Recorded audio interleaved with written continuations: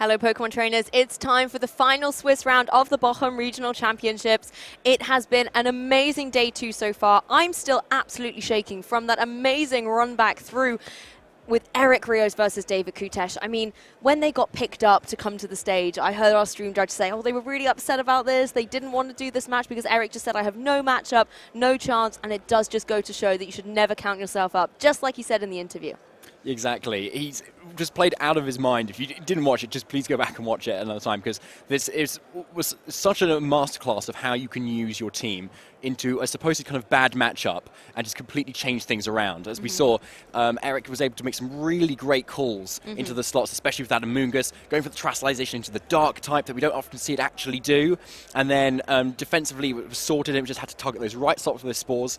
And my favourite, calling the switching out a sleep Roaring Moon into the Flutter Mane, put it straight to sleep again.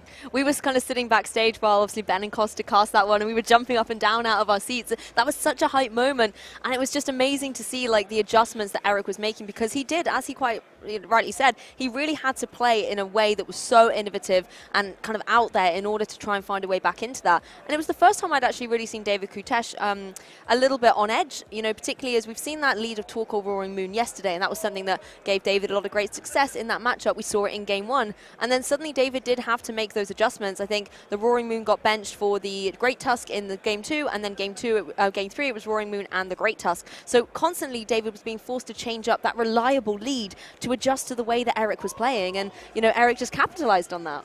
It was a fantastic match for sure, and if you didn't catch that one, they also kind of played in yesterday's match as well versus each other, where David won so convincingly too. Yes. So we've even seen like a best of 5 in a way, or like set that we very, very rarely see. So do go check it out if you haven't already. But we do have our round 5 coming up very soon, which is the final round of our day 2 Swiss.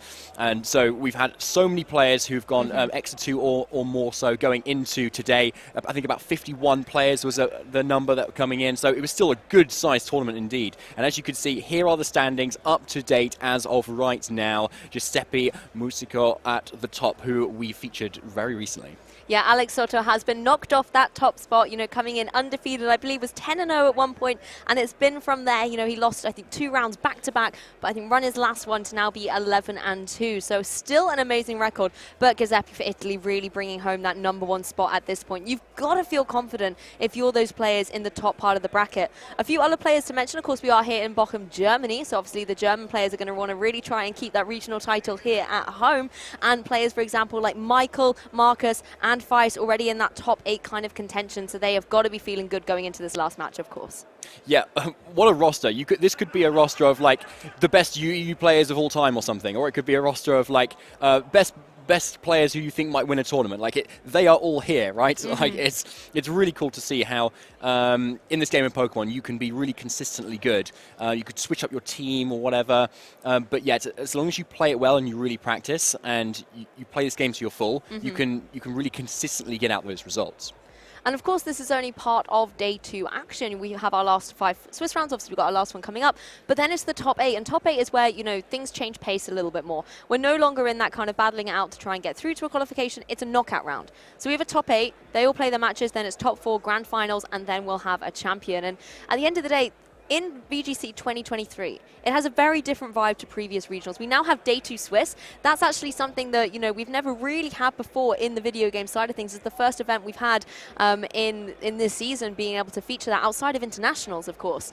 And it's a really different mentality for our trainers to have to go through. There are more Swiss rounds on day 1 as well. You know, we had 9. In Liverpool, we had 10. And I think previously we kind of looked at maybe 7, maybe 8 at a push Swiss rounds really in a regional. So the endurance and the kind of physical and mental ask of our trainers has been enhanced a lot coming into this season. And because of those Day 2 Swiss, it shows that the player base is just increasing and increasing over time. Like there's so many more players who want to come and want to experience Pokemon year on year. It just gets more and more popular, and more people just hungering to just show their like player capabilities, especially after the last few years as well, where live events couldn't really happen a lot of the time.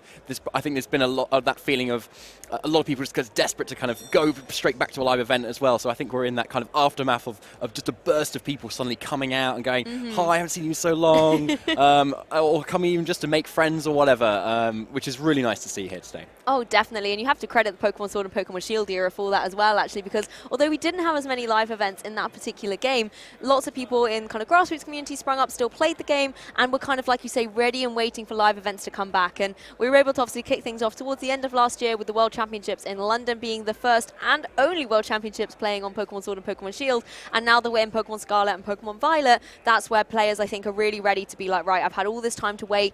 Maybe I didn't make it to London Worlds, a few things didn't go my way, just situation-wise and things, but now I've got my eyes set on Yokohama. And that's where these trainers really want to come to the events that we've got on, these regionals, internationals, try and get those elusive championship points and get that qualification.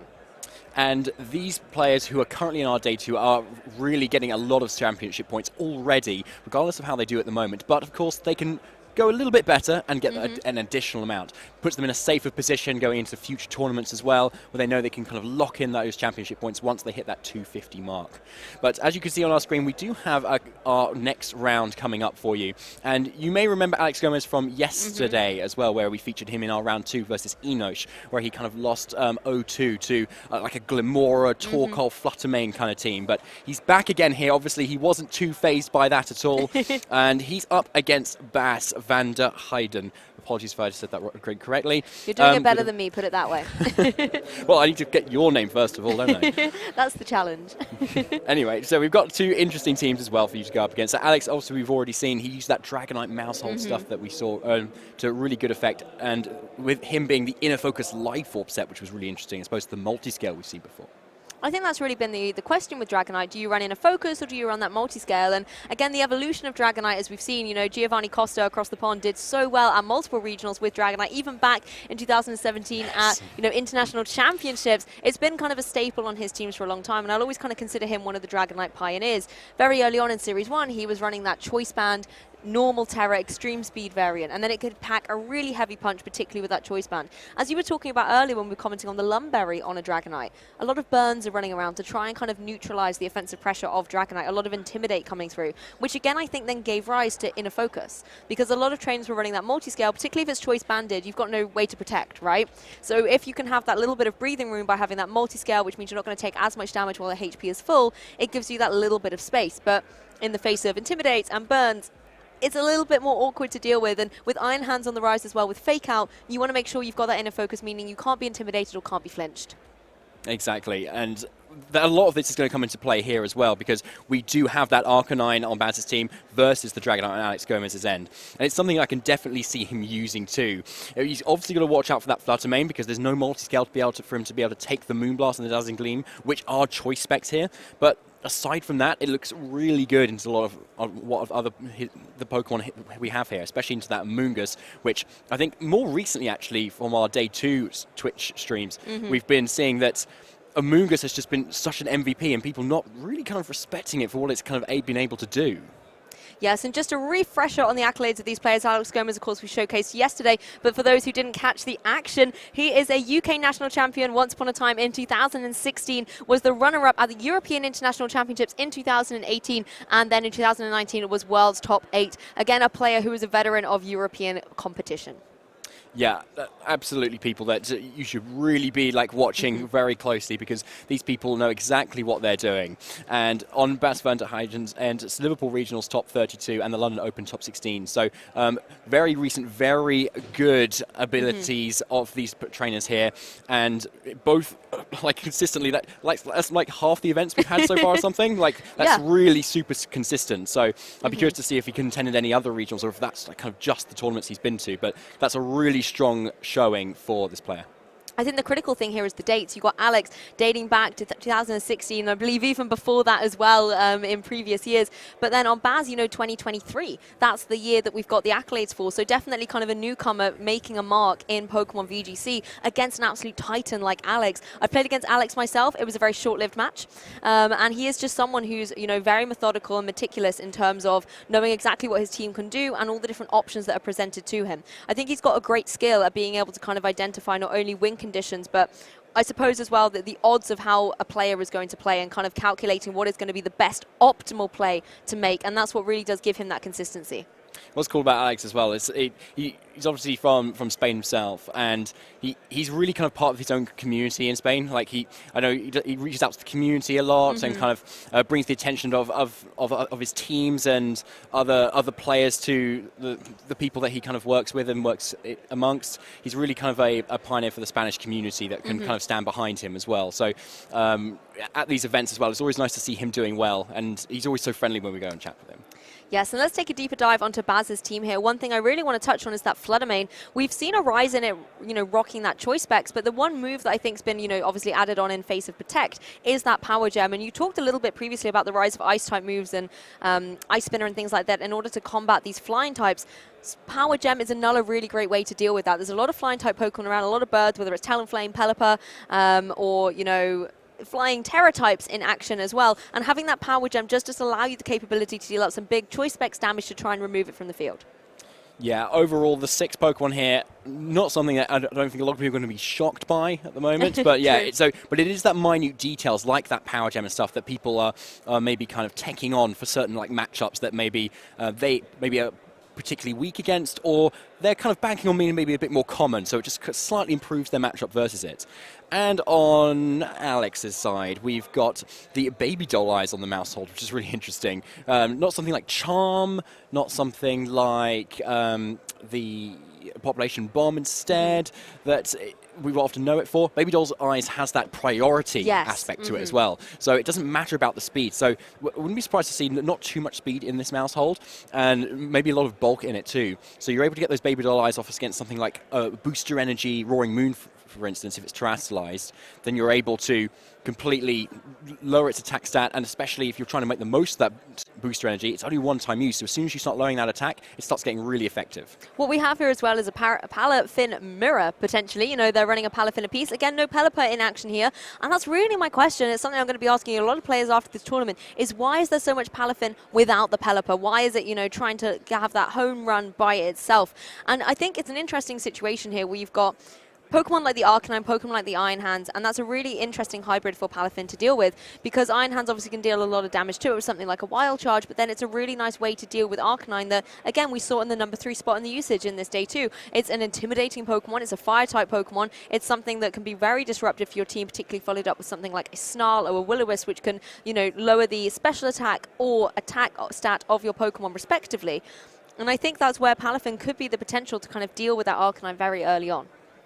Yeah, it's definitely a great option to have because you have such powerful water moves, assuming you get that 0 to hero as well. As we see, all of these Palafin so far have had like Haze, so it is that kind of almost a tech Pokemon at the moment without that Pelipper for the Dondozo matchup, where you've got a lot of stat boost potential, so you can just bring it, take any sort of the powerful wave crash attacks, and then go for that Haze. But outside of that, especially where there's all the Torkoal stuff going around, and without that Pelipper, Palafin is definitely not a hard bring here. I'd argue that on Baz's end, he's probably more likely to bring his Palafin because there's no Amoonguss on Alex's side here that can just redirect all those water moves away, because it is just water coverage that Palafin seems to have right now. So, and that looks a lot stronger into something that doesn't have a redirecting grass type. I guess the one thing with the Palafin is because it is rocking Haze quite a lot of the time, it's a nice Dondozo counter, and I do understand that, I do see that. It doesn't mean that I don't just want to just see it in action here in Bochum, regardless of the matchup, but we have to remember that this is the final Swiss round, so these players are not going to be just playing for fun. They're going to make sure that they are trying to advance into that top cut. Something I've noticed about the two dragons going on here, we've got Roaring Moon versus Dragonite here. Otherwise, it's quite a fairly similar team. The Roaring Moon has the Tailwind option, so this definitely seems to be more speed control option on Baz's end. But here we go. Palafin has been brought on Baz's end versus the Arcanine and the Golden Go. Look, you can't see me right now, but I am doing an absolute dance of joy because Palafin is on the field, paired up with that Roaring Moon for Baz. On the opposing side, however, it is the Arcanine and the Golden Go, two more classic Pokemon. Yeah, so Palafin is on the field, and as you might expect, it might be kind of trying to switch out at the moment, especially with the Intimidate coming out from this Arcanine. You definitely want to get that 0 to hero and also reset those stat drops. Golden Go on the other side is kind of standard Golden Go we often see at the moment. Nasty Plot, Leftovers, Make It Rain Shadow Ball with that Terra Water as well. So it's looking fairly comfortable here. Roaring Moon obviously threatens with Throat Chop, but with the potential Terrestrialization, would also make it resist the Water moves from Palafin, it would be quite risky, I think, for Baz to be able to go for that. So no surprises here. Palafin switches out, and this handy Pokemon comes back in. Yeah, Palafin doesn't have flip turn in order to enable it to leave the field. Instead, it's going to have to be that hard switch into Iron Hands. But of course, when we next see Palafin, it will have undergone a 0 to hero transformation and be able to hit really hard against the Pokemon on Alex's side. There is going to be a transformation, however, of water types on the opposing side as well. We have that Terra Water Golden Go for Alex. Really nice defensive coverage here. But the issue is, we've now got the Iron Hands on. That's going to be able to hit it hard with something in the future. We're going to see the attack go down into Golden Go as Arcanine follows up with the Will-O-Wisp, but Roaring Moon avoids the attack. Oh, that's a really big miss for Will-O-Wisp, because that would have been such a great target for it. Just as Alex goes also for the really good defensively, perfectly timed Terastallization on the Golden Go, as it now sets up that Nasty Plot. So, although Will-O-Wisp has missed, Nasty Plot is looking very threatening on this Golden Go now.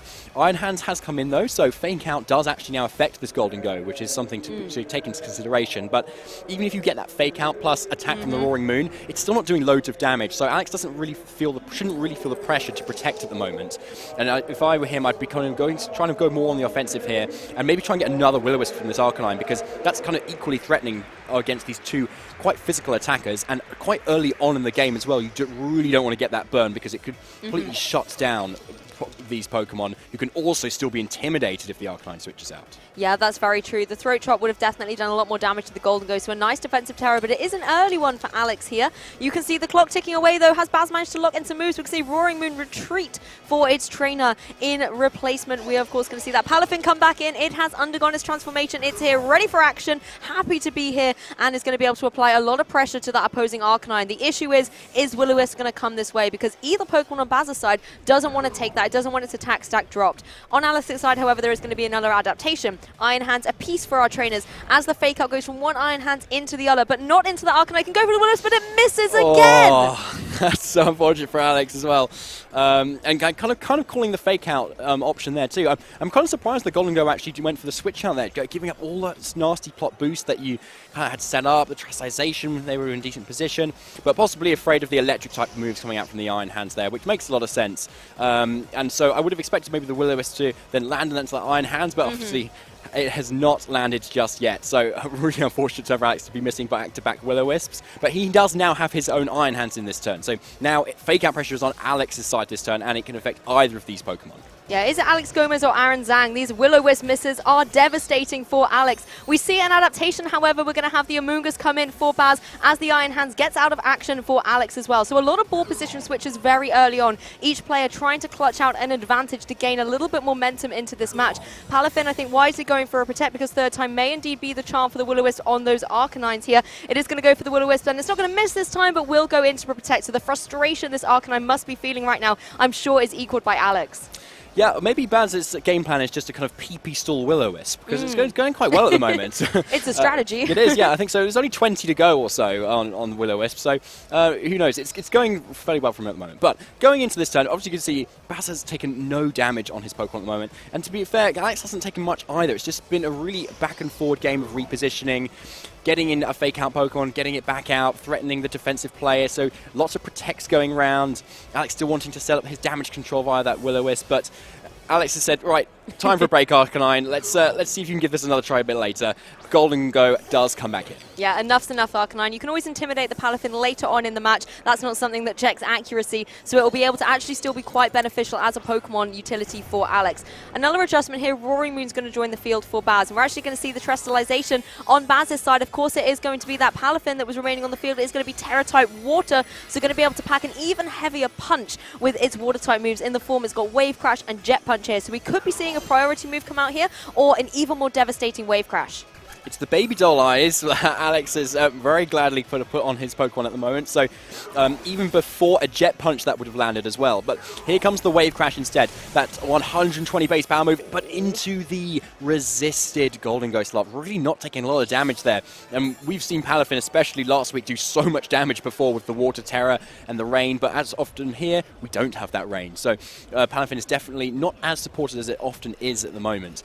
Going to this next turn, yeah, we can see Baz going for that Tailwind here, which his team really does seem to have versus Alex's Pokemon. But Alex has support in his different way, right? He's got Mouse Hold, which does have the Follow Me. And so Golden Go is still in a position where he can potentially get up a Nasty Plot.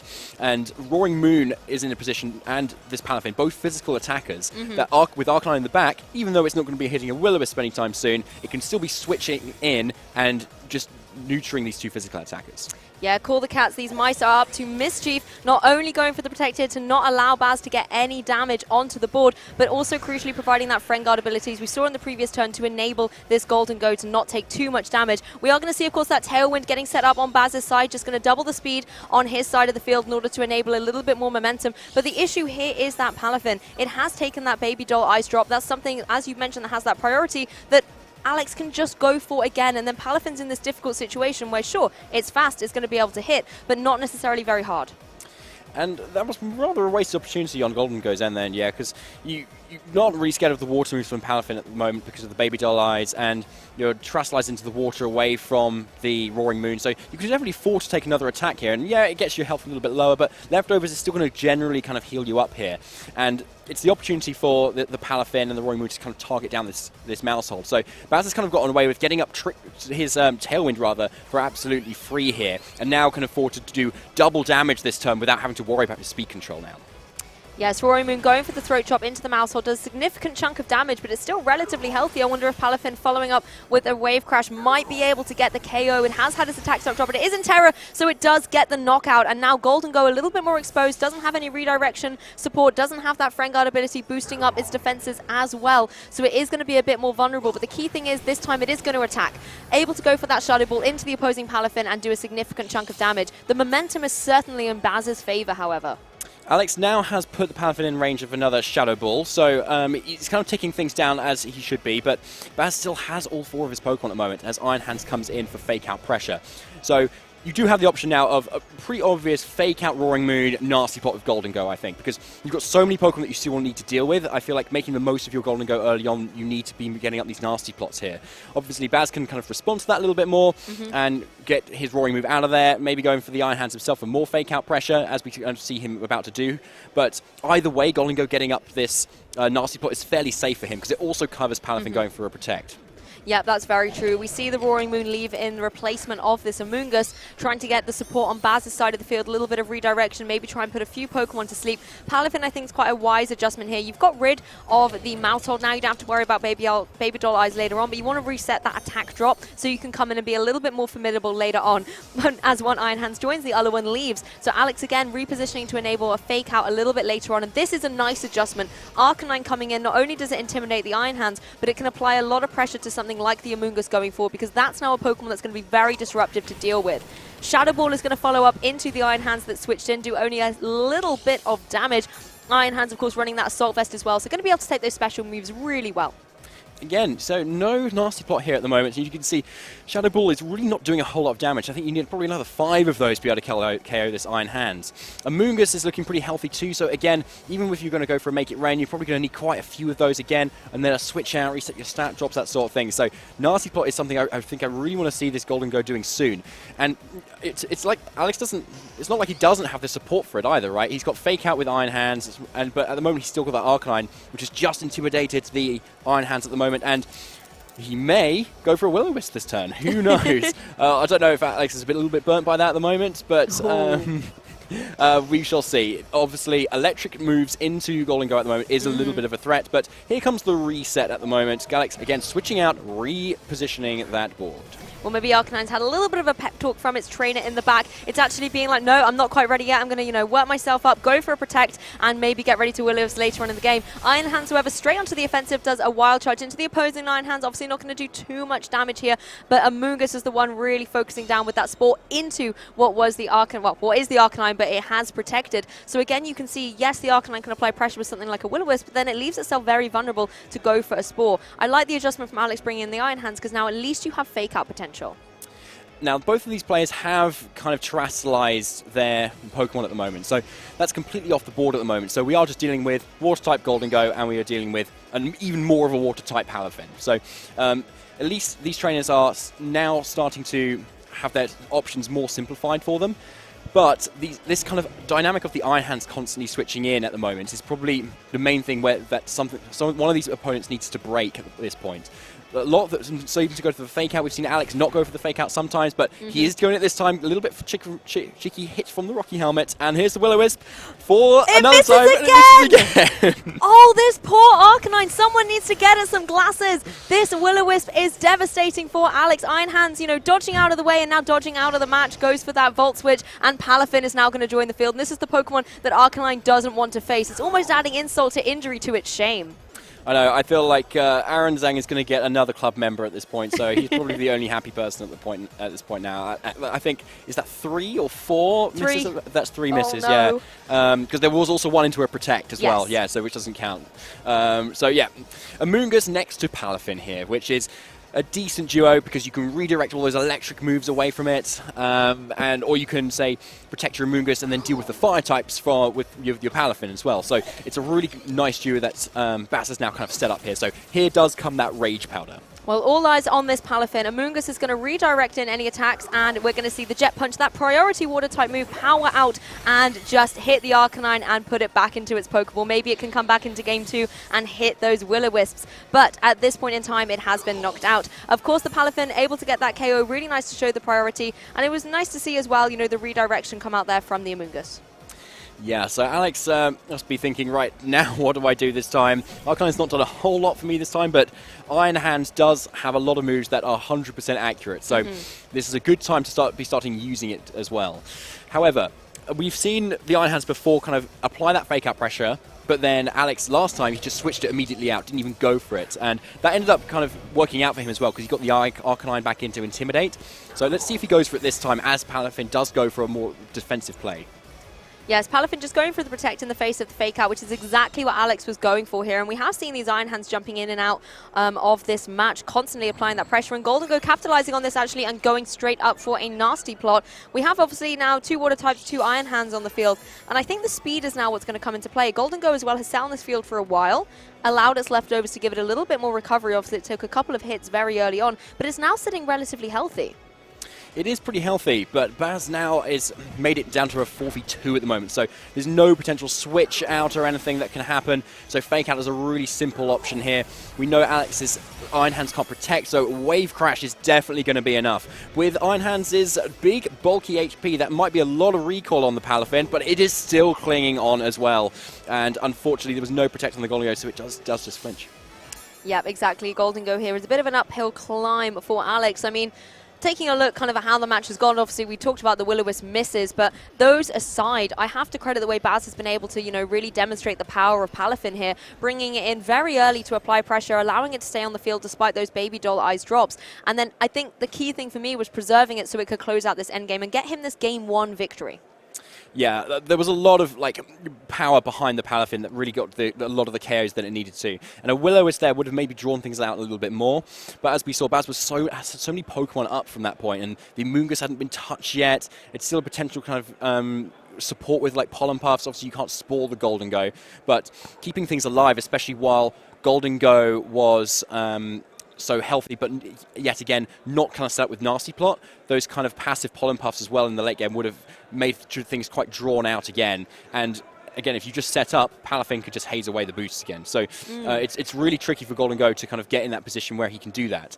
Obviously, we haven't seen Alex bring the Dragonite this time, so that it could be something that switches things a little bit up, especially with the Terra Blast into the flying. That's something that can really deal with the Amoonguss pretty quickly, and you also resist water naturally a little bit too. So Palafin is suddenly much less of a problem as well.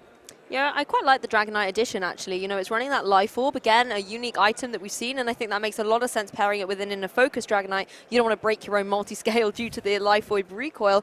And I think being able to hit that a little bit harder, like you say, with something like a Terra Blast, not only will be able to deal with the Palafin, but also the Amoonguss, and that was a Pokemon that, again, is quite difficult to work around. Iron Hands as well doesn't want to take any flying-type moves, so it does, I think, give Alex a little bit more of a way back into this match if he brings an offensive powerhouse like Dragonite.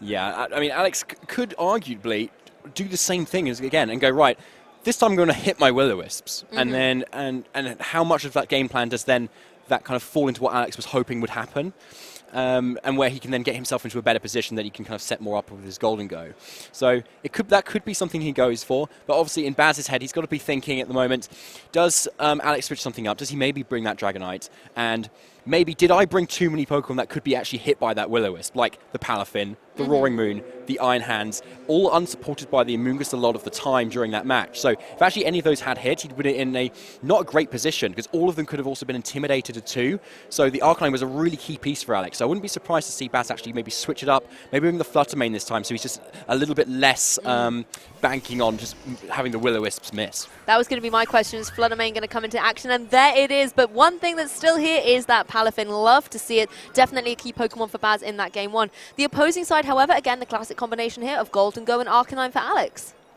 Yeah, so Palafin obviously is looking like it's going to want to switch out at some point. Flutter Mane with the choice specs though, and having that Ghost type means it can't get faked out by anything potentially, and can dish out so much damage. And in that early game, it could be enough of a chip to really pressure things. So obviously Golden Go is now pressured to go for the Terastallization. If you get that out early, it really reduces the amount of guessing Baz has to do versus Alex's team. Arcanine, obviously, on Alex's side, does have that Snarl, which Flutter Mane may have to kind of contend with a little bit, as Flare Blitz is probably not going to get the one-hit KO, and then he also able to get the Snarl on some damage and something that might come in on the back. So it's definitely on what Flutter Mane is going to choose to do here, but it can obviously go down itself, but that's never going to be without it getting out a lot of damage itself. It's also a choice spec, so it's going to be locked into whatever it's selected. I believe it was the Moonblast here. Golden Go going for a Protect, and I believe that was where Flutter Mane was targeting, maybe thinking Alex was either going to go for the Terra Water or make an adjustment. It goes for the Shadow Ball, actually, not the Moonblast, into that slot. So a really nice Protect there from Alex. We are going to see the Arcanine this time. Woohoo! It connects its Will-O-Wisp. There we go, Arcanine. That's more like it. Yes, there it is. Arcanine can get some pets after this. Iron Hands has really been neutered at the moment, and Iron Hands was the main thing that was really threatening the Golden Go, having Terastallized into the Water type last time. That kind of stopped it being able to stay in versus it. But now, Golden Go can probably go for that Terastallization, take the Shadow Ball fairly well if it wanted to, and Iron Hands is definitely not as much offensive. However, I think you still probably want to kind of pivot things around, because even if you're taking a neutral Shadow Ball, it's still a choice specs Flutter Mane. Yes. It's still going to do loads of damage, so I'd still like to see maybe Golden Go probably switch out here, maybe a Snarl to kind of keep things not doing too much damage. Well, speak it, and it shall happen. Golden Go has left the field. We're going to see the Mousehold. Really nice here. Being a normal type Pokemon, it's not going to be affected at all by a Ghost type move such as Shadow Ball. Of course, it's locked into this, so a really nice defensive play by Alex. He's really come out fighting in this game too. And look at that, a second Will-O-Wisp. It connects onto that Flutter Mane. Of course, it's not going to lower it will lower the attack stat, but it doesn't matter. The key thing, I think, is the chip damage, and I like the coverage in case a physical attacker wanted to come back in like that Palafin. Yeah, which Baz had quite a lot of. We'll be interested to see what actually Baz has kind of left behind. And it is the Roaring Moon as well that he's not brought this time. So Palafin is able to come in here at the moment, but it is another target to kind of potentially just get Will-O-Wisps. However, what I would like to know is whether a Terastallized Water Jet Punch does one-hit KO in an Arcanine at the moment, because Arcanines are often running quite bulky stats at the moment, so Palafin may not be able to get that KO depending on either of their training at that full HP, because if it doesn't KO, then Arcanine does very much threaten with a Will-O-Wisp. Of course, Flutter Mane can then double into it, and you can get that KO rather safely. It does then open up a Mousehold to kind of get a Super Fang onto this Palafin, which otherwise doesn't... There aren't a lot of damage opportunities for Alex to give it, unless he has brought that Iron Hands that we know he does have in the back. I'd like to see the Follow Me as well here from the Mousehold, just redirecting a potential Wave Crash coming out from that Palafin, and then it also allows the Will-O-Wisp to go into the Palafin. But actually, Arcanine's being like, no, I've done two. I think I'm going to cut my losses here. I'll come back maybe to Will-O-Wisp a little bit later on. But we're going to see the Iron Hands adjustment from both of our players here. Of course, we're going to see that Terastallization as well. So this is going to happen on to the Palafin. Going to get that Water Terror, and like you said, there's the potential for a Jet Punch to do a huge chunk of damage here. Yeah, so Palafin doing what it does best, just it's a water type, it's Dolphin, it's going to do even more water stuff. Baby Doll Eyes does come out into the Palafin, really reducing its attack at the moment, so an excellent move at the moment. Wave Crash is going to come out, it's going to not be it's going to be unresisted at the moment into the Iron Hands, doing a really still a good chunk, because Iron Hands is known for being very physically bulky, but Palafin's attack is even higher, so a good switch in by Alex, to be fair, and he now does have that fake out pressure. Yeah, so I wouldn't be surprised to see a few more switches happening here, whether it's the hard switches or of course that Volt switch as well, just to allow Baz to switch things up on the field. Because as well, the Iron Hands on Baz's side, you know, it's burnt now. It's not going to be able to deal a huge chunk of damage. But I think the key thing is having that fake out pressure in play, and also those mind games when it's on the field. Just because you know your opponent can go for it doesn't mean they necessarily will. And you can capitalize on possibly your opponent then reading into that and playing safely, that you can then switch up your ball position. So Alex can really go for a fake out at the moment into the jet punching, wave crashing Dolphin over here that has just gone 0 to hero, as the Iron Hands is just a little bit of a like a dud slot at the moment thanks to that Will-O-Wisp. It's not going to deal a lot of damage back at the moment. Obviously, the Mouse Hold is weak to the fighting type coverage, so that could go down at the moment, but I don't think it's Alex's key piece right now. He really needs to kind of manage how he's going to position his Golden Go in a position where it's going to be able to kind of finish things off with that Shadow Ball. But Volt Switch is coming out, really getting lots of Incineroar vibes at the moment, unfortunately, as Flutter Mane is the switcher now. Yeah, this is a better position here for Baz. You want to make sure that your Flutter Mane is going to be protected by that Amoonguss. It can go for some redirection with a Rage Powder, or even possibly threaten down some Spores. You know, you're burnt on your side of the field, so maybe you could return the favor with some Sleep Turns on Alizic's side. Again, the other thing is that Baby Doll Eyes, you know, you don't need that against something like a Flutter Mane. The one thing you've got to watch out for is obviously the redirection, and switching out that Flutter Mane allows you to reset that Shadow Ball. So maybe you won't want to lock into that now because Mousehole can just go for that Follow Me. Maybe something like a Dazzling Gleam or even a Moonblast here. Now, Amoonguss is looking pretty healthy at the moment, and it's not really going to go down to much. It can obviously be hit by a Super Fang, but I think based on its special defense, Golden Go may not be able to pick up the KO. It's not a Choice Specs or like a Life Offset at the moment. It's not boosted, so Amoonguss is looking happy, basically. It probably has the freedom to be able to do something here, but Spore is going to be not effective into either of these opponents. But say a side Pollen Puff into maybe something that might want to switch in here could be something to keep things alive for Baz. Well, Flutter Mane actually retreating as well. I think Baz playing all kinds of mind games and shenanigans on the field here, trying to gain some momentum. We're going to see the Palafin back in, so switching out a special attacker for a physical, and actually a double switch for Baz. So the Amoonguss is also going to retreat, and the Iron Hands is going to join the battle. Iron Hands is switching. Bring that fake out again. It's not completely useless with that burn. And here is the Terastallization here. I'm very much saying this is the water type Golden Go. Yeah, so which has been looking really good into the rest of Baz's team now that Iron Hands is burnt. So we're going to maybe potentially see a nasty plot here. I'd really like to see that to really apply on some more offensive pressure as the Mouse Hold protects. Yes, game one, the Iron Hands definitely applied a lot of pressure with something like a Wild Charge, but now it's burnt. Like you said, not going to be as pressuring. Something that's a little underwhelming, though, however, was that Make It Rain. Even with the critical hit on Iron Hands, really not dealing any damage at all to either Palafin or the Iron Hands. In fact, the burn just chipping away a little bit further as well. Yeah, Golden Go is really trying its best to be a Pelipper to kind of bring that range, trying to be the water type as well, but it's really not kind of matching up with the sort of rain it's trying to really bring here. So Golden Go is really in a position that he probably wants to switch out, reset some stats at the moment, and especially if it goes for a nasty play right now, Palafin can always just haze again.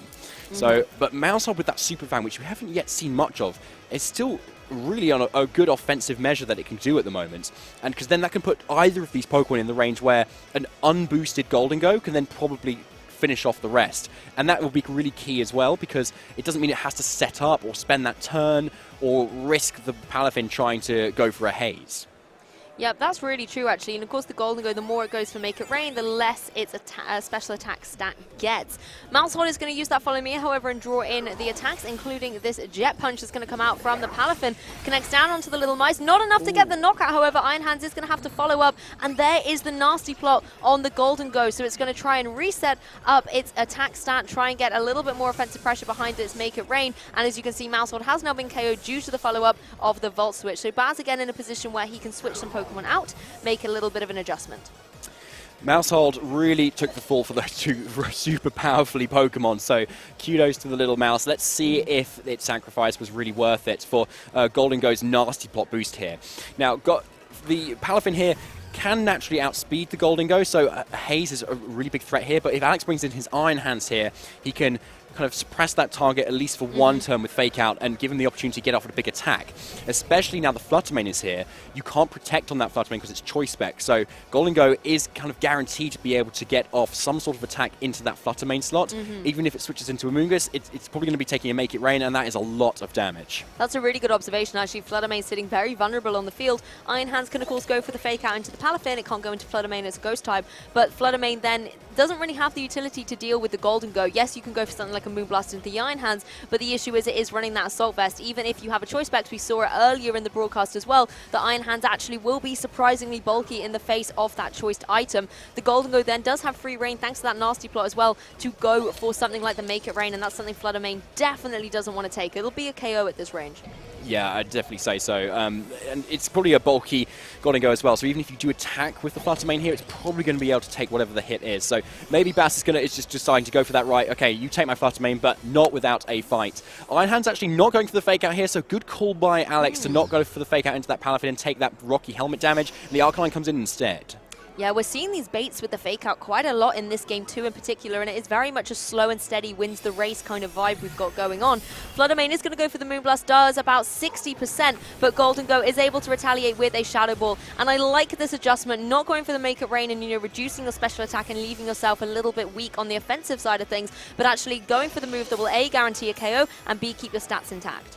So it's 3-3 now. Alex has lost his mouse hold, but the Flutter Mane now has gone down for Bass, which is a pretty big deal, right? Because it's something that hits so hard, it hits so fast, it doesn't need a lot of support to do what it wants to do. So I feel like a mouse hold going down is probably better in terms of a trade at the moment.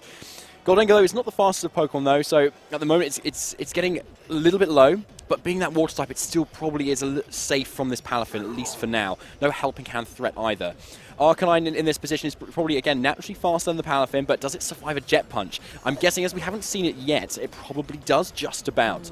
And that means Arcanine is still very much threatening a Flare Blitz into the Amoonguss slot or a Will-O-Wisp into the Palafin, both of which would be huge moves to be able to get off here. I mean, the Arcanine is a prime target for a Water-type move, but I think the key Pokemon you got to get rid of is the Golden Go. You can go for Rage Powder and draw in all of those Will-O-Wisps, just protecting the Palafin, and then even if your Amoonguss gets burned, you can still try and draw in those attacks later. So I see no surprises why Arcanine's leaving the field. It really can't do anything of any effect at this point and leaves itself vulnerable to a potential wave crash.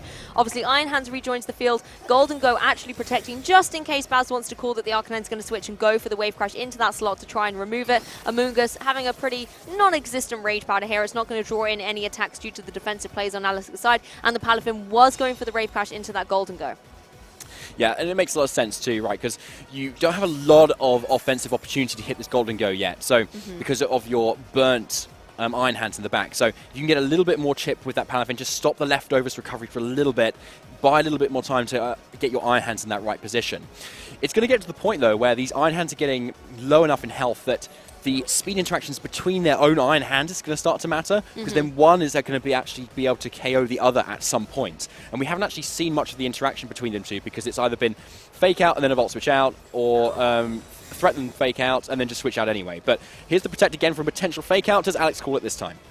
There's going to be the fake out, and I want to see if there's going to be a nasty plot coming off, if Alex can capitalize on the pressure that he's got here. And it is going to be a Nulla boost for this Golden Go. I mean, the thing is, yes, there is an Amoonguss free to go for a Spore, but that cannot affect Golden Go thanks to its good as gold ability. So the target is, of course, going to be this Iron Hands. You don't really mind the Iron Hands going to sleep, because now you have this extra boost. You could always go for Make It Rain, do some really big damage to both of these opposing Pokemon. And really, the Golden Go is kind of laughing at Amoonguss. There's nothing it can do in retaliation.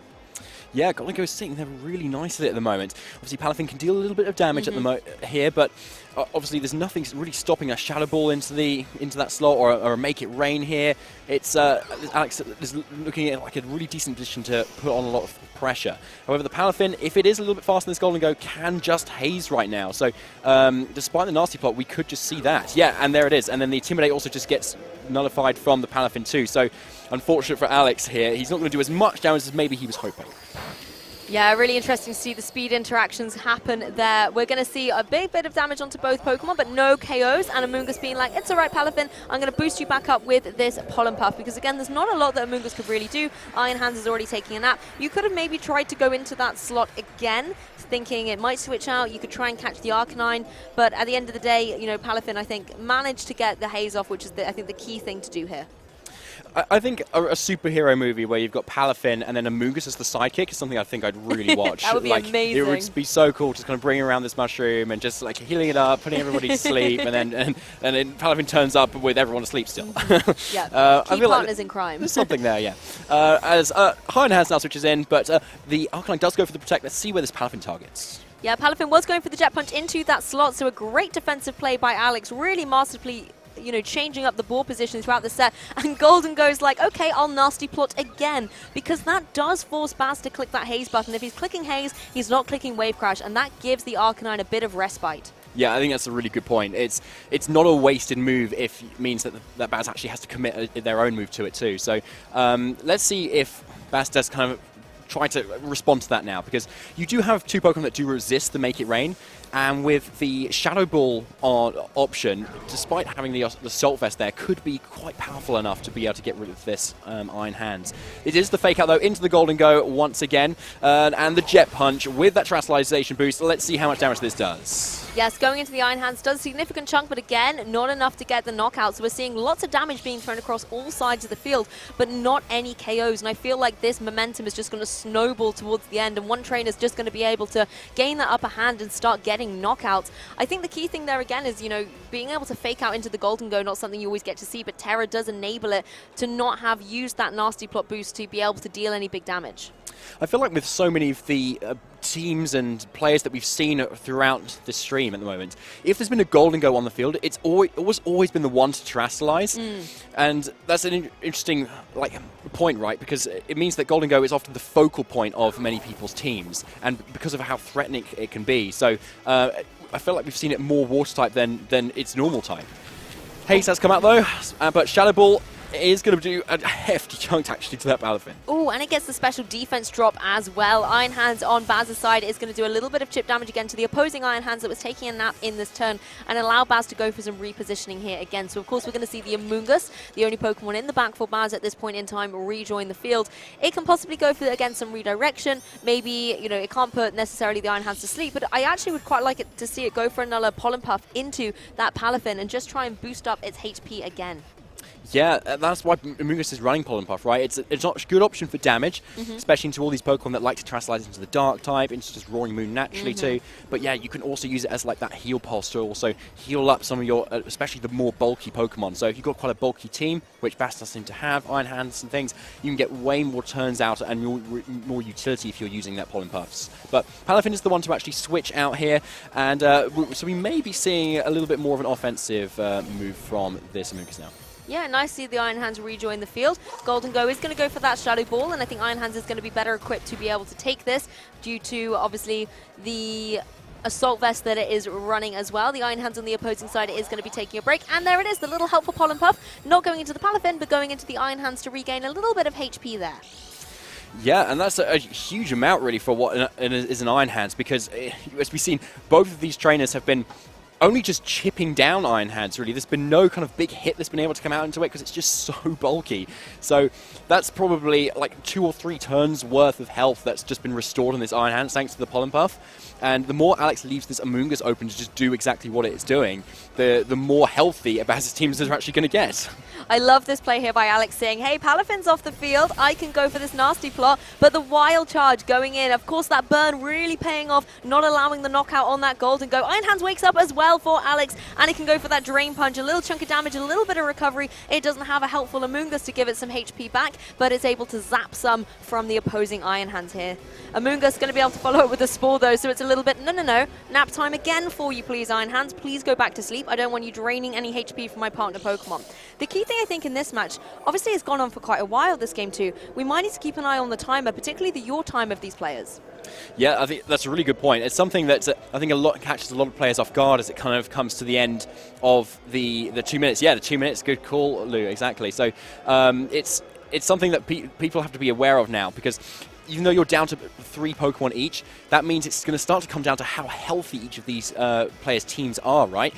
Because if you've both got 3 Pokemon left, it starts to come down to tiebreakers, and the health of your Pokemon is going to be a really big one. And because Baz has the Amoonguss, he can actually heal these Pokemon. He's suddenly at a little bit of an advantage at the moment now. So if Baz can maintain all the health of all 3 of his Pokemon and actually get another Pollen Puff at some point, then he's going to be in really good stead to win this if it does go down to time.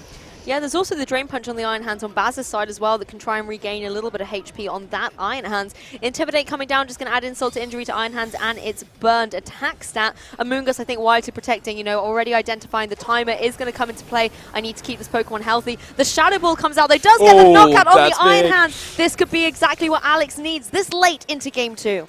Yeah, Alex is starting to make that comeback now, thanks to this Golden Go, which is just slowly but surely chipping away, and a really great call to like not going to that protecting Amoonguss.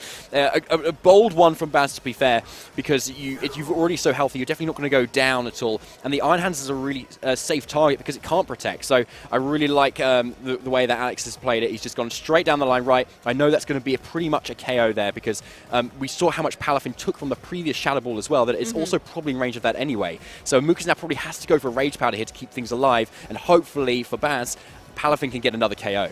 Baz has to switch onto the offensive at this point in time. You have to start getting knockouts before that timer runs down. Otherwise, Alex is going to have the advantage going down into the end of the game. So I'm not surprised to maybe see something like the Palafin just going straight out for that Wave Crash. Regardless of your target, I mean, the Arcanine, you're definitely going to go down, but you have to find a way to try and get that Golden Go away as well, because those Shadow Balls are hitting really hard. I know it must be tempting just to click that haze button and reset the special attack of that opposing Golden Go, but time's actually run out. The battle is over, and it means that Alex Gómez has forced a Game 3.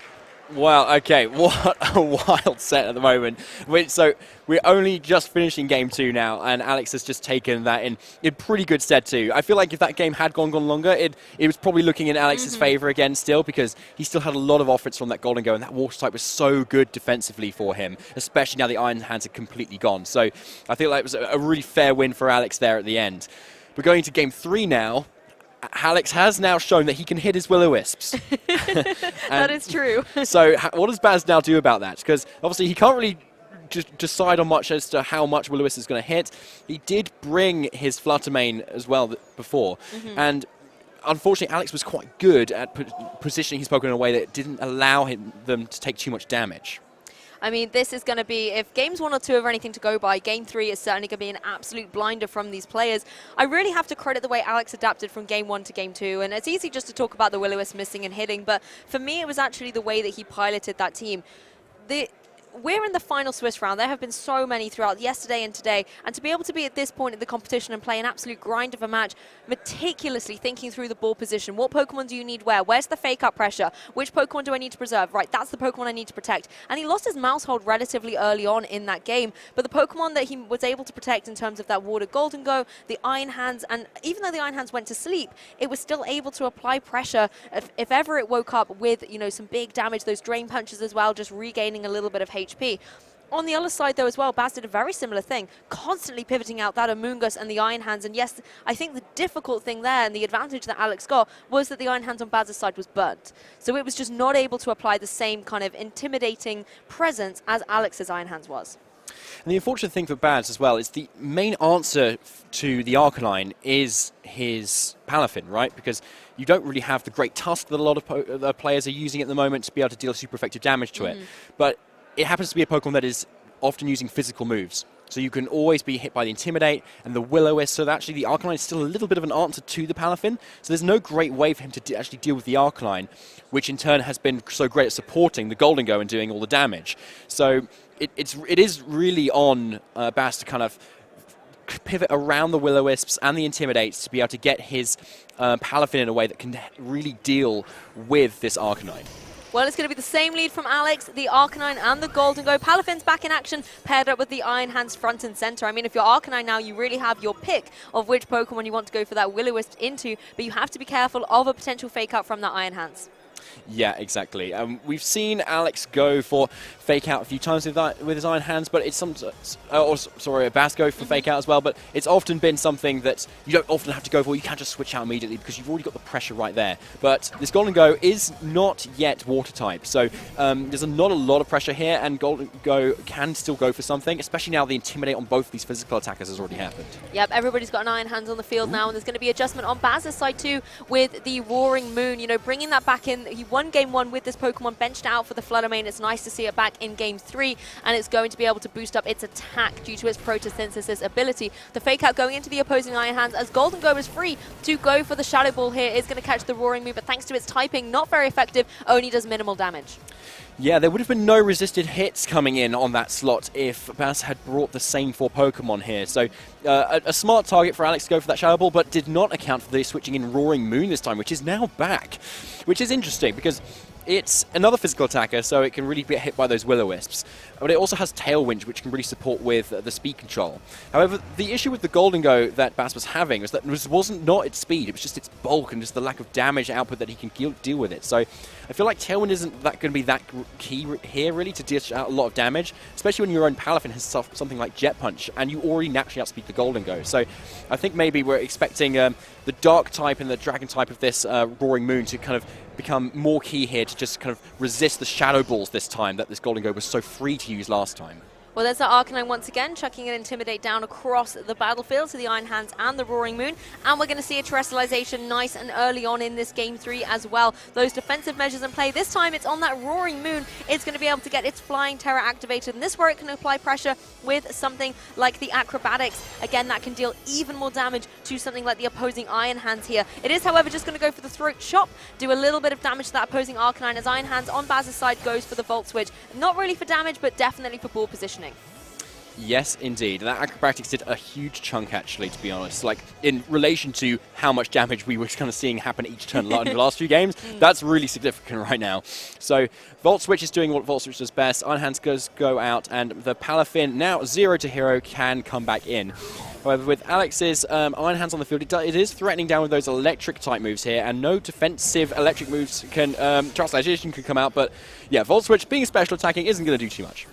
Yes, that's really true. My heart kind of goes into my mouth a little bit there when you see electric going into water, but again, just the kind of natural bulk as well that the Palafin has, going to be able to take that. It is a hero after all at this point due to its transformation. It does allow Alex the utility to bring in Golden Go, however, again, a Pokemon that was really disruptive against Baz in Game 2. And yeah, it is back again, and it still has the ability to terrestrialize into the water type, which is so good defensively too, and especially in front of this Roaring Moon, which is really threatening with the booster energy, boosting its attack.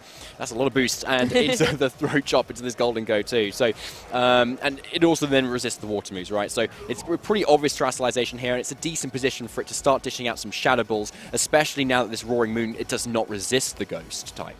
The issue, though, if you're Baz and you really kind of focus down in on that Golden Go, is Arcanine is once again free to go for some Will-O-Wisps. It has its prime target. It's been hitting them a little bit more accurately of late, so that is something that you do have to consider. Arcanine, however, just going to leave once again, and I like the way Alex is actually not even risking these Will-O-Wisps and just having the Intimidate, something that is a little bit more reliable in terms of removing that attack pressure and bringing the Mousehold into the field. So a nice little bit of support for the Golden Go as well. That Friend Guard ability will be activated to support its partner Pokemon defensively so that it's going to be able to survive a couple of hits. In addition to that, we're going to see the Water Terror as well. So going to be able to take any wave crashes much better than it would have done previously. Yep, here it is. Exactly what Alex needs to kind of set up his end game plan. Acrobatics, though, goes into the Mousehold, which does a really good chunk of damage. Wave Crash into the Golden Go, which has terrestrialized now, but that's still, from a non-terrestrialized Dolphin over there, that does so much damage still. Shadow Ball, though, not going for the boost yet, probably due to the haze threat still, puts Palafin actually pretty low at the moment. But Alex has now kind of set himself up in a really decent position where he can kind of use Follow Me now to keep his Golden Go a little bit safer, allow the leftovers to heal up a bit more, and if Palafin does decide to kind of go for an attack this time, it's going to go down to a Shadow Ball again. So Alex is in a decent position now with both of his defensive pieces. It's just on now Baz to see if he can, as we can see, maybe pivot around, get some protects going as we've seen him do before, and position that Iron Hands in a way that can really threaten the Fake Out and that electric type coverage now that it's still not burnt yet. This is definitely the most vulnerable we've seen Palafin in a while. I think Alex has put himself in a commanding position because you have the redirection support with the Mousehold, and then the Golden Go could easily just click Make It Rain. That would get the knockout on the opposing Palafin, I believe, and then still do a significant chunk to the Roaring Moon. I like the adjustment then by bringing in the Iron Hands. Just keep the Palafin for a little bit later on. That priority may come in very useful to the disruptive Arcanine that Alex is hiding safely in the back, as Golden Go actually just goes straight for a protected double on Alex's side. Interesting, yeah. I think Alex is maybe trying to call for a protect there on Baz's end to see if either of them protected, because Alex kind of had the momentum. But I don't think he countered the Iron Hand switch in at the moment, because now, especially now you've double protected, with fake out pressure going into the following turn, you now can't use protect yourself very reliably to kind of get out of that position. So a really great play by Baz there to get in his Iron Hands at the exact right time, and especially at a time where Arcanine is not on the field to be able to Will-O-Wisp at this time. Yes, the Arcanine can switch in here and get the Intimidate down, but it's still very much going to be threatening with that Wild Charge ability at the moment. So I think we're going to either see like a Follow Me from this mouse hold here, or maybe like a switch out from the Golden Go into the Arcanine. Just start dropping the attack a little bit more, and that may also force at some point this Roaring Moon to kind of switch out and give up its booster energy boosts. Yeah, I really like that call. Keep the Golden Go in the back. It's not going to be the Arcanine though. It's going to be an Iron Hand on Alex's side. As the Baby Doll Eyes throw down into that Roaring Moon, it's going to go for the Acrobatics, and this does enable the Iron Hands to have got in a little bit safely. Can't say the same for the Mousehold though. It is going to be KO'd for its troubles here. Absolutely going down. The Acrobatics, despite the Intimidates and the Baby Doll Eyes, to show how powerful it is still. It tried its best. It really has. But all of those mice have now gone home as the Volt Switch gets the Amoonguss now back in, receiving the really nice pivoting action of fake out pressure, get your Amoonguss in, Amoonguss might take some hits, go back out, heal up with Regenerator, more fake out. Amoonguss comes back in, heal up with Pollen Puff, so that you can really see the action of like this core that so many people are using and how great it is in doing its effect. Yes, and now the Golden Go is back on the field. I like the positioning of the Amoonguss, however. Again, you can try and put that Iron Hands to sleep, but once again, the Golden Go isn't going to be threatened by this Amoonguss at all. It's good as gold ability, going to stop it from going to sleep, and again, there's not really a lot of offensive pressure that the Amoonguss can apply. It does mean, however, then of course, Baz does have the utility to target down that partner Pokemon, but you cannot leave this Golden Go unchecked, and that's why I like the Iron Hands coming back in here to apply pressure with its electric-type moves, with something like that Wild Charge, just to try and put the Golden Go in check. Golden Go is actually going to switch out here now, so which I like. You're not really going to boost it up anything yet that you need boosting. And Arcanine switches in, which is fairly safe as well. It's pretty bold if you go for a Spore into the Golden Go slot, which is otherwise immune to it. And actually we're getting kind of like the revolving door of Pokemon is continuing at the moment. We've got that nice switch. Volt Switch kind of goes into the Amoonguss slot again. And it's also going to be switching out into the Golden Go, which is probably a decent target for a Spore from Baz if you looked at the ball positioning at the beginning of the turn. And yeah, there is the Spore. Excellent play by Alex here. I love the way Alex orchestrated that. We were just talking about how the Golden Go isn't going to worry about Spore, but its partner Pokemon will. But if there's some way the Golden Go could navigate itself into that slot, then it really does void the turn for Baz, while allowing Alex to bring that Arcanine in nice and safely. And here it is, this duo that we kind of saw that was so good at kind of redirecting a way that the attack really doesn't want, like the Will-O-Wisp, for instance, so Iron Hands can actually do what it wants to do. So Arcanine is definitely in a position where it could dish a lot of damage, but Amoonguss are still so bulky, especially if this Arcanine is a little bit more on the bulky side as well. Flarebits is probably still not enough yet to get the knockout on this Amoonguss. You might need that double up, but at that point, Iron Hands are then able to do a lot of damage with your electric move. So it's still tricky at the moment, and both these players, neither of them are like absolutely in the driver's seat yet, but here's the Will-O-Wisp. Yeah, Will-O-Wisp is going to connect down onto that opposing Amoonguss. You know, it's not the Pokemon you are likely targeting, but at least you have managed to connect it. It gives you a little bit of confidence going forward, as the Golden Go does indeed go for that nasty plot. So just going to be boosting up its special attack as well. Iron Hands does go for the Volt Switch. Again, not going to be dealing too much damage despite being super effective, but allowing Baz the utility to switch out and bring a Pokemon in from the back.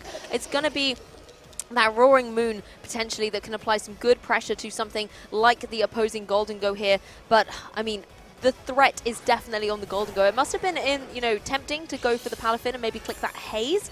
But, now you've got this utility where Amoonguss is still on the field, able to provide some support. I think Alex really made like an actual huge read there where he kind of banked on the Iron Hands not going for the Wild Charge or like a fake out into the Golden Go, and Baz kind of thought Alex would play defensive, right? Either go for the Protect on the Golden Go or switch it out, and kind of then went for a Volt Switch instead.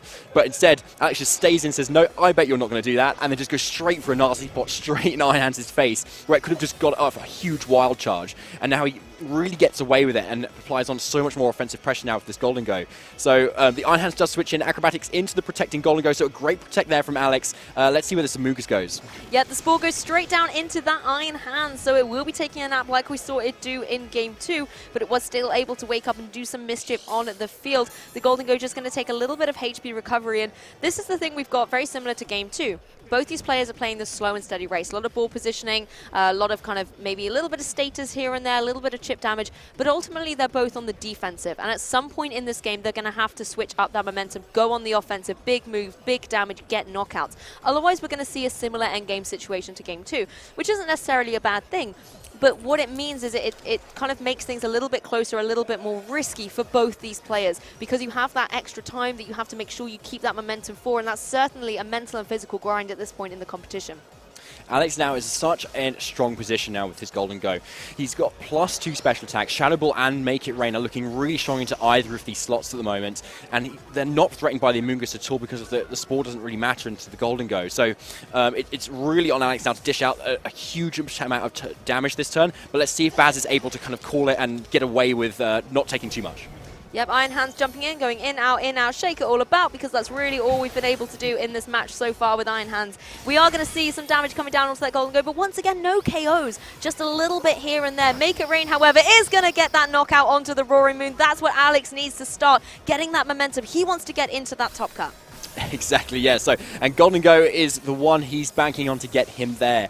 Arcanine has switched in, as it always seems to be a good switch in at the moment with all these physical attackers going on, but Alex is now the first to get a KO here, which really puts him in a good stead. But as you can see, the Golden Go is getting a little bit low now on its health, so that means it's drawing closer and closer into the range of a Jet Punch, for instance, from this Palafin, but probably not quite yet. But the Arcanine's also taking a little bit of chip too, so Palafin is looking decent at kind of threatening with a Jet Punch into that slot too, so I'm not surprised to see the Arcanine maybe switch out. Save that Intimidate for later. Yes, and here comes Iron Hands once again for Alex Gómez onto the field. Going to be able to apply some fake-up pressure going forward. Golden Go once again switching onto the defensive, just getting a little bit of a protect in the front of the fake-up from the Iron Hands on Baz's side. And it really has been the battle of the Iron Hands so far in this set, being able to apply that pressure, not only with fake-out, but with the electric-type moves. Jet Punch still does a significant chunk to that opposing Iron Hands, but I really think this is going to be the next couple of turns where Palafin needs to shine. It needs to get some knockouts. I think it really does, you're right. And now we're in a position that Alex has brought in his Iron Hands, but it is unfortunately asleep. So the fake-out pressure here is not going to be as much as it has been before. Palafin is actually going to be switching out here, and even though this Golden Go is going to be at +1 special attack right now, it's probably still not enough to KO either of these Pokemon. Golden Go also jumping out of the action here. Once again, Alex preserving the Pokemon that he needs in order to get damage towards the end game of this match, while utilizing the opportunity to throw down and null it, Intimidate against this opposing Iron Hands. And this really has been the game of chasing, where you kind of lower the offensive pressure so they're not going to deal too much damage, but it's not enough. The critical hit gets the knockout on the Arcanine. That's what happens, folks, if you play a game that is just very, very long. At some point, a critical hit is going to raise its head, and we haven't had one at all, I think, in games 1 and 2. And this is where it really comes in, and that is a huge one as well. Arcanine was not going to be going down to that unless that happened. So Iron Hands really pulling through for Baz there, breaking that chain of Arcanine cycling, and that is the damage control option that Alex has really been using so much is now gone. Yeah, Iron Hands had enough of this switching, just removing the Arcanine from the field, and it's going to be happy to see the water type of that Golden Go Terra Water on the field as well. There's another target for it to hit with a powerful Wild Charge. Golden Go going for the Protect this time again, protecting from any potential electric-type moves that this Iron Hands is pretty free to do at the moment, because it's still pretty healthy, and Alex's Iron Hands is not going to do a huge amount to it either. There is the Wild Charge, so good Protect by Alex, but let's see what the follow-up Pokemon from this other Iron Hands is going to do here. It is still taking it out. Yeah, that Amoonguss really has kind of neutralized the Iron Hands, making it kind of null and void during these sleep turns, not allowing Alex to be able to start gaining some momentum that he has lost by losing that Arcanine. He is down to his last 2 remaining Pokemon. That's it, the Golden Go and the Iron Hands. Whereas on Baz's side, you still have the Palafin in the back as well that can come in and do some damage a little bit later on. Yep, so 4 to 3 Pokemon still offers you switch advantage, or switch potential. But once you're down to 2, yeah, that really limits your options, especially when you're running such a defensive team where you rely on your ability to switch, get fake out pressure, get intimidate, but for all those one-time happening things. But as soon as you're down to 2, all of that options are gone. So it is now on Golden Go to kind of dish out the damage at the moment, because there's not a huge amount that, especially this Iron Hands, is going to do into like a Rage Powdering Amoonguss. Amoonguss is looking pretty healthy too, and there's a double protect. Unfortunately, does not go off. Let's see if it was worth it. Doesn't get the double. Amoonguss clicks that Rage Powder button, trying to draw in all the attacks on Alex's side, and this leaves Iron Hands free to go for the Wild Charge into Golden Go. That gets the knockout, and now there is just one Pokemon on Alex's side that Baz needs to defeat in order to get the victory over Alex. That slow motion KO for Golden Go must look so satisfying, and even more slow motion for Baz after quite a long and drawn out set there. And what a threat that he's kind of now finally gotten rid of for his team.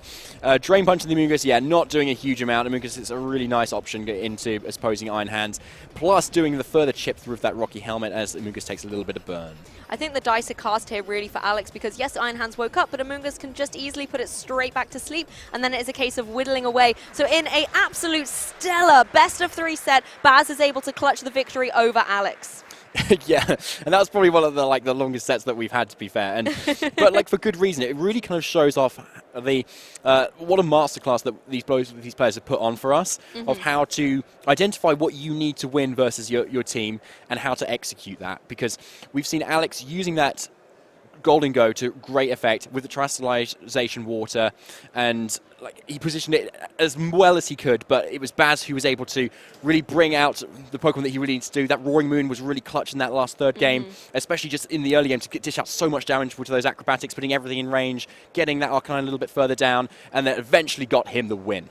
You have to feel a little bit of sympathy for Alex as well. Not only those Will-O-Wisp mists in game 1, but that critical hit as well on the Arcanine. It really was I think, Arcanine's darkest day, as it were. It just wasn't meant to be. And that's got to be unfortunate, but that is the way, Pokemon is played sometimes. There are these kind of dice rolls that we play in the game, and just unfortunately it doesn't always go your way. But I have to credit the way he played that game 2, and the game 3 actually as well. If it wasn't for that critical hit, I think we would have seen a few more turns of that kind of stabilizing the ball position, Alex trying to find a way back into that match. But again, for the Pokemon trainers at home, that is an epic masterclass on why ball positioning is so crucial in Pokemon. I know a lot of people sometimes compare it to chess a little bit. Some people go, no, it's nothing like chess. But the one component I do think is transferable is that moving of the pieces, figuring out what you need in order to KO something, saying, right, well, if I do this, I force my opponent to do this. The same way we saw with the Golden Go, going for those nasty plots, then force the Palafin to go for the Haze. But if it's doing that, it's not attacking. And at the end of the day, damage gets the KOs gets you wins.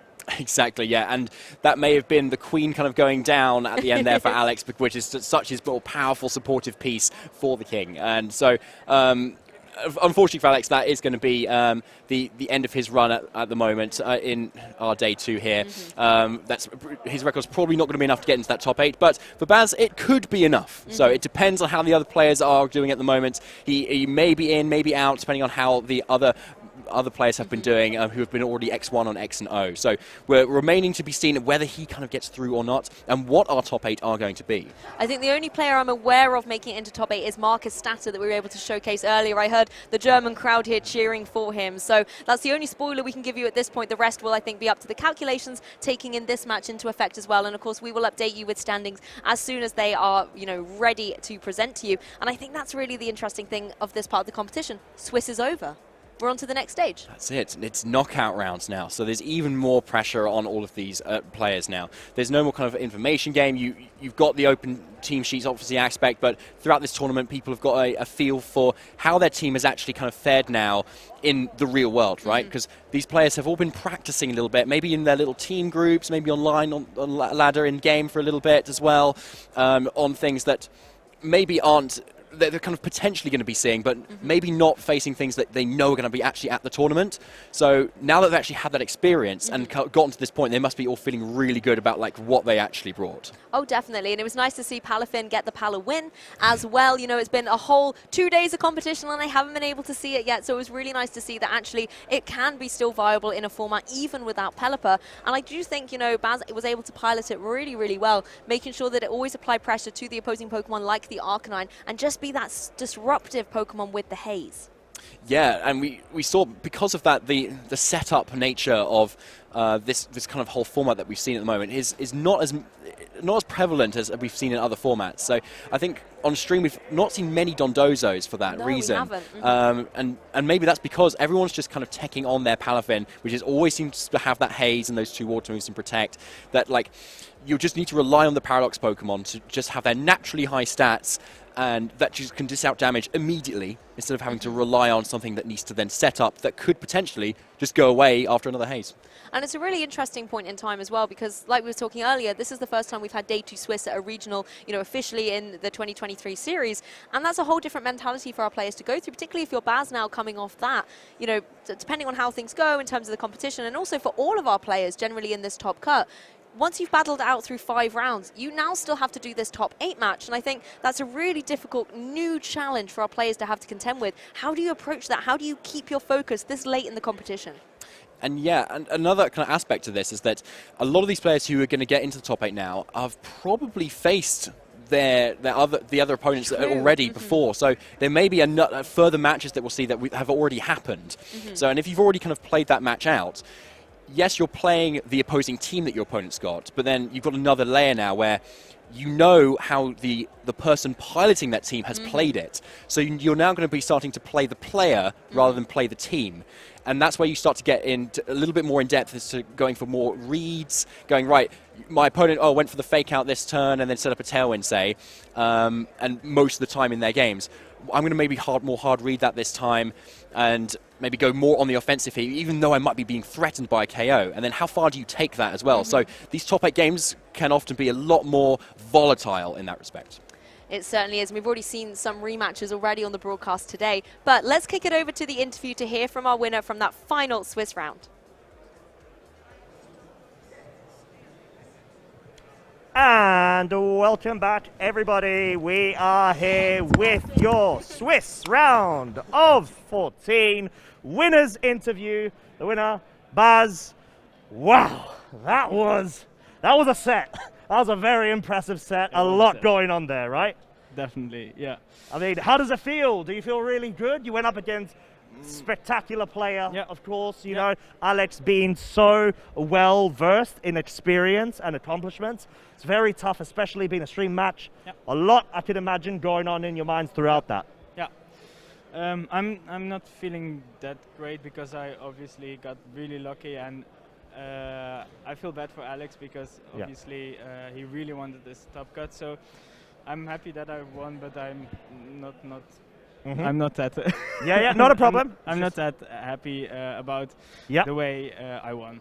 It's okay. Basically. I mean, it's part of the game that we play, right? I think RNG, of course, is a definite factor, but both of you did an incredible job in order to get so many mind games and repositions throughout all 3 of the games. It was very tough because you did have very similar cores with a couple of Pokemon where the Iron Hands, for example, we saw a lot of utility with the pivot action going on.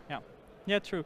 Our teams are fundamentally different because his team is more reliant on setup, which mine isn't. Mine is pivoting, getting damage, chipping stuff. And Palafin is the main, and Fluttermane are the main damage dealers. Sweepers, in a way, right? Yeah, basically. And his is definitely built around the Golden Go. And the Golden Go mouse hold combination especially, which is pretty tough for my team, but it helped that my Palafin was faster than his Golden Go.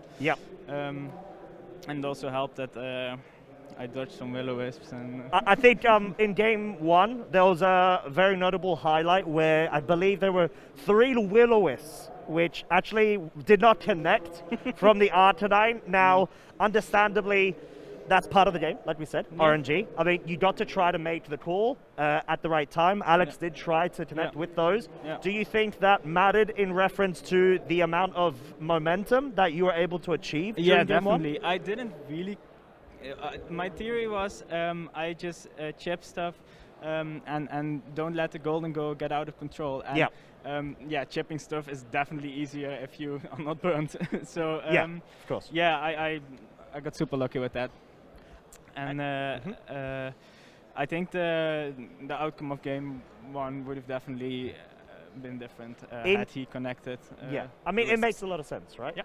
And in game 2, we saw that Alex was able to do a really good job in trying to bring it back, Yeah, but it he did go played down so to well. timer, right? Yeah, I messed up so badly. Game 2, I don't know. I hate being on stream. I get way more nerves than I usually do. I'll have words with Victory Road. Don't put me on stream unless it's finals, because then I have to.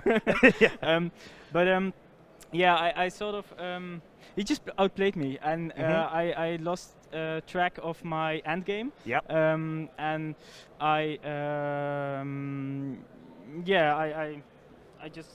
I choked like 4 times. It's it happens, but I couldn't really concentrate for some reason. So I'm not happy with my performance, especially in that game. Well, I mean, there was a lot going on at the same time and a lot to take in. So it's very tough being on the main stage, like you said, and trying to face down an opponent. When you've got 1 game advantage, you're like, okay, cool. I'm nearly there, 1 more game, and I'm going to be able to win the set. So a lot, understandably, are going through your mind. Definitely. So going into game 3 then. Yes. Of course, there was a big highlight that we should make. I believe it was the critical hit. It was a critical towards hit. the middle to end game scenario, Yes, right? on the And that was Arcanine. from your iron hand onto the Arcanine, where you're able to successfully pick up the KO.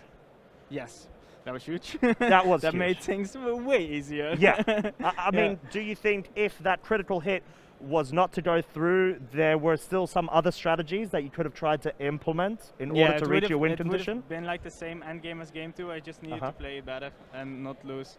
Yeah, and I think the timer by that made time, it way it wasn't as extensively taken up as game 2, right? Yeah, true.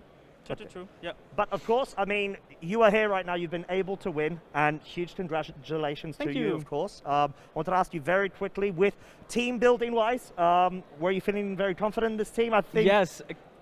I don't know what happened, but the last few weeks my prep has been insane. I've never experienced that much. It went so well. And I haven't really been able to translate it that well to my play this weekend.